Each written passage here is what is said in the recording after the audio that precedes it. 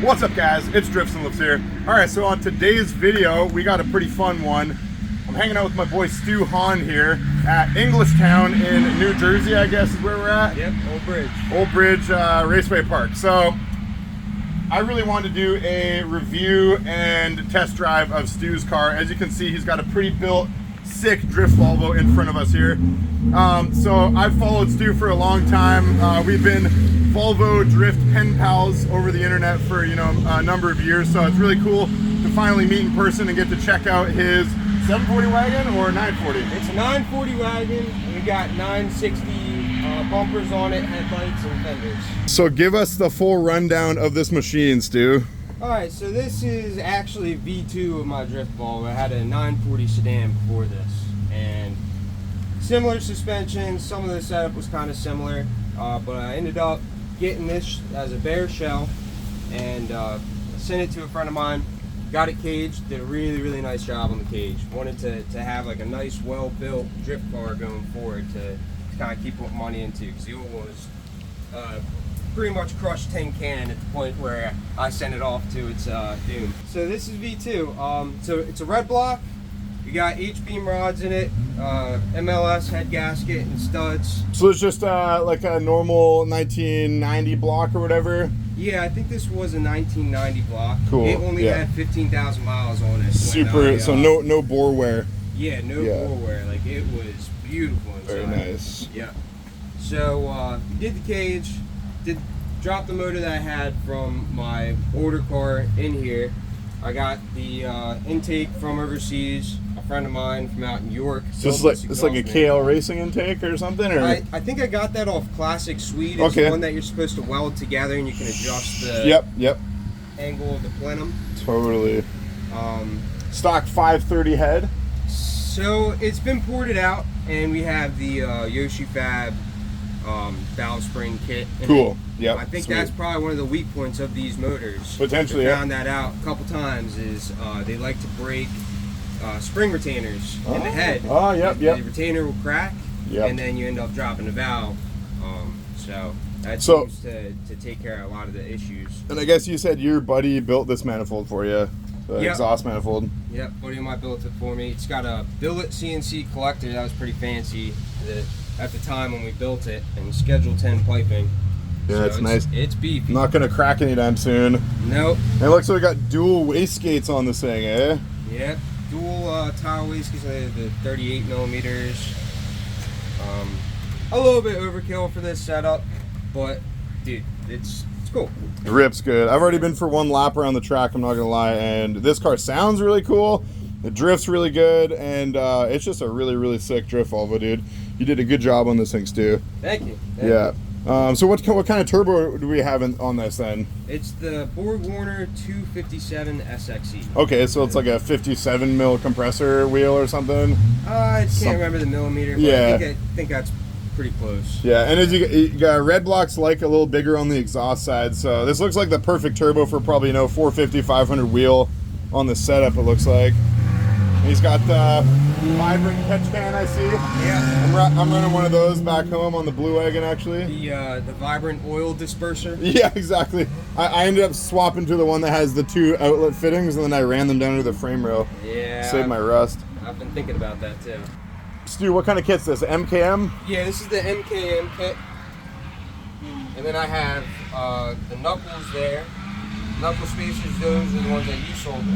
So these are like a cap lanky quick steer roll center corrector, essentially. Yeah. Very cool. Yeah, like who would do such a thing?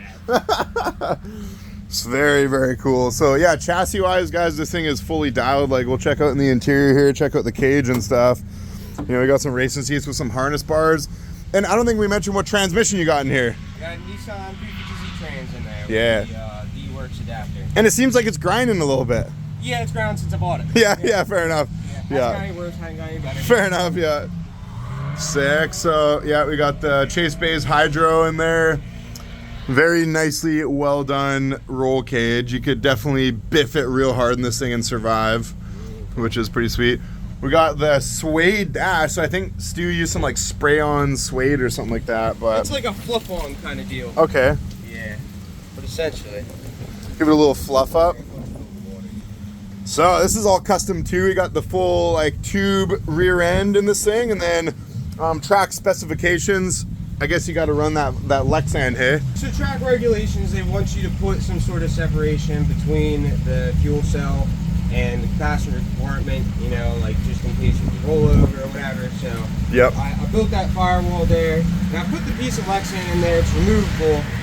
I've had people tell me that they would prefer that to be a metal panel, but you know, it does the job. Lexan's fire rated. It looks like such a completely, like every aspect of this car has been touched upon, which is pretty cool. You know, a lot of people kind of half-ass stuff, but this is a really well done drift machine. So yeah, what do you got for coilovers? BCs? Yeah, BC, the BRs in the back, and then I got a set of DRs for the front. Nice, fully adjustable. Yeah, sweet, dude. All right, well, that's pretty much the gist of it. So we're gonna film some content or some driving footage of this car in a sec here. I got the silver wagon out right now, so me and Stu are gonna do some loose tandems because, as you guys know, I am really far away from home, about 3,000 miles from home, and I got to live in this thing for another month and a half and travel back to Canada. So we're gonna go have some fun and get some in-car footage of Stu's car. Stu Hahn, the East Coast Volvo drift legend. Oh.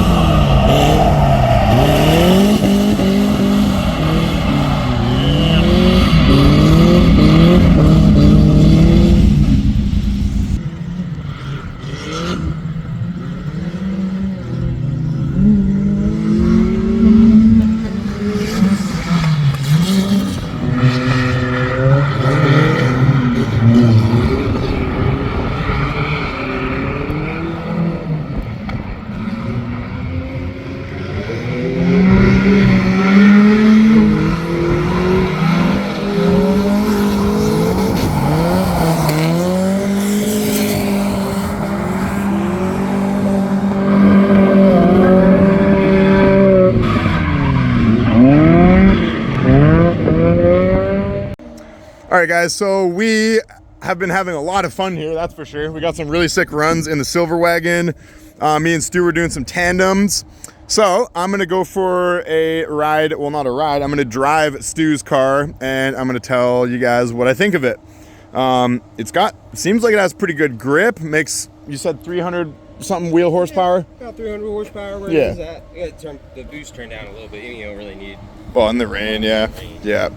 But yeah, guys, let's see if I fit in this seat and see how she goes. Hey guys, so what are we doing here, Stu? Well, so right before you decide you want to drive the car got a little nervous and the alternator decided to fail. So we're hooking up a auxiliary battery jump pack so we can get a couple laps in. Sick. Yeah.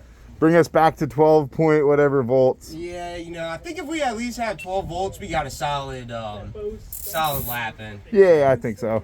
At least we pretty much knew. Oh yeah. I've probably done a couple laps before I even noticed that. You don't want to fook it up.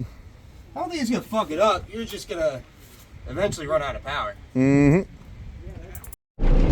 Oh. All right, guys. Real grippy clutch. I'm used to my stock ass clutch right now, so this thing's pretty intense. So this seat, guys, I'm really restricted by this really beefy ass seat.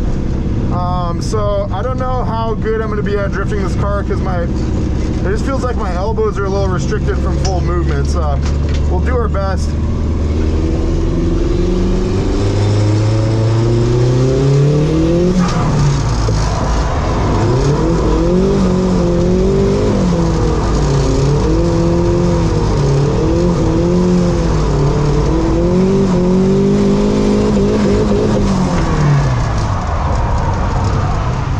Interesting.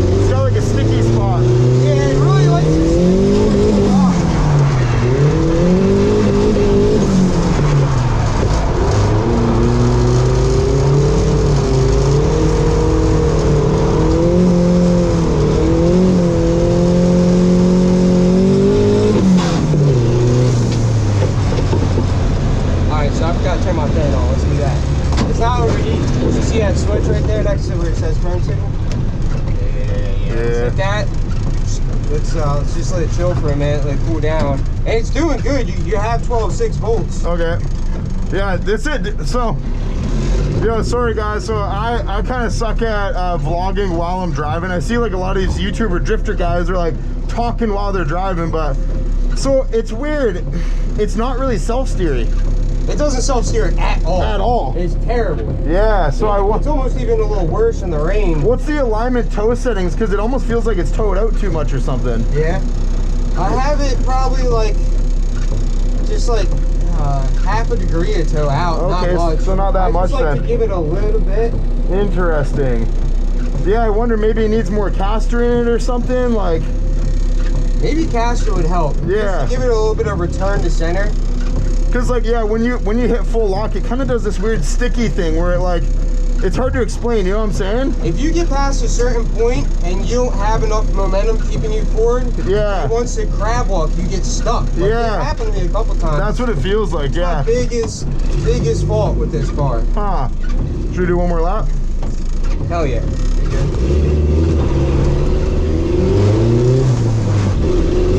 The third gear on this transmission is hard to get into. It's kind of, really got to slam it.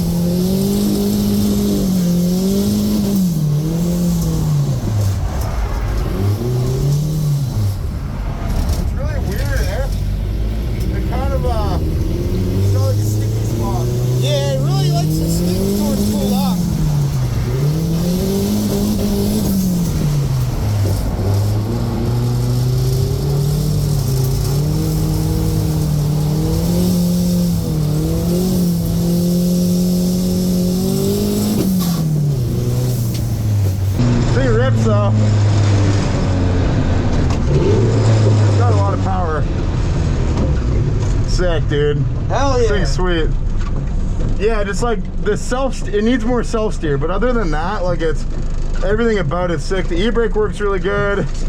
Got plenty of power. It's actually pretty torquey too for like, you know, having the big turbo and shit. Yeah. It's definitely not a slouch, even down low. Like you get into it and it kind of like, it just starts to pick up boost and it'll put you right back into the power band. Yep. So yeah, this thing's bitching, dude. Very fun. Very cool. See, it's funny, guys. I'm not a big fan of quick release because they have play in them. But for this setup, you kind of need it because, you know, getting in and out of this like crazy ass seat, it's really tough to get out of the car if you don't take the wheel off. So yeah, dude, good job, Stu. This is a sick ass car, man. Oh yeah, man. Well done.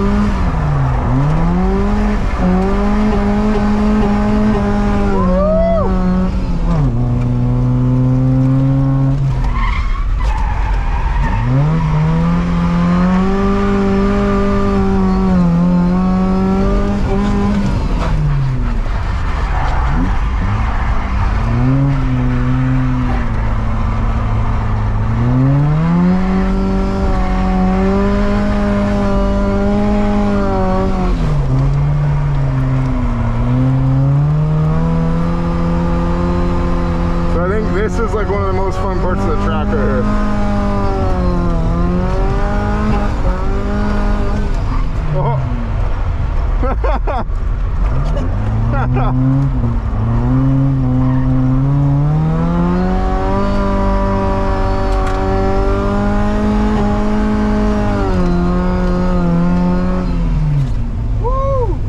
dude. Dude, this thing feels mint. It's good, eh? Yeah. It's like floaty. It's got a lot of suspension travel. Dude. It's fucking sweet.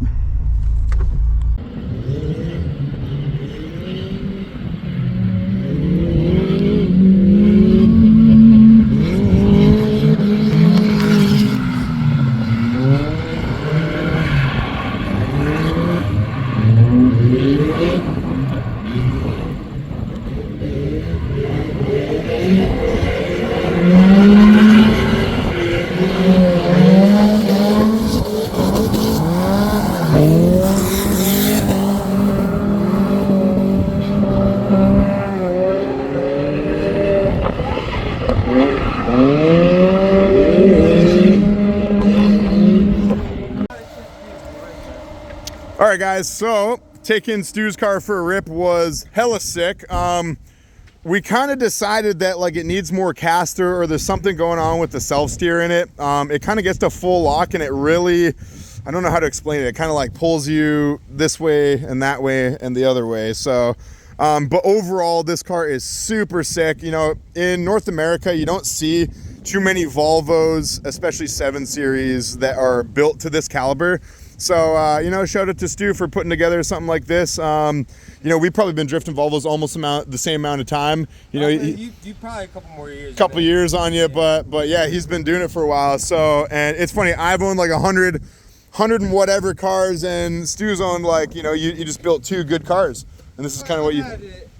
You know, a couple handfuls of Volvos, but like the main, you know, main drift ones that you kind of threw together, but yeah, dude, it's super sick. Shout out to Stu for, you know, letting me rip this thing and bringing it out. Shout out to Chris Knapp with, what's the drift school named here?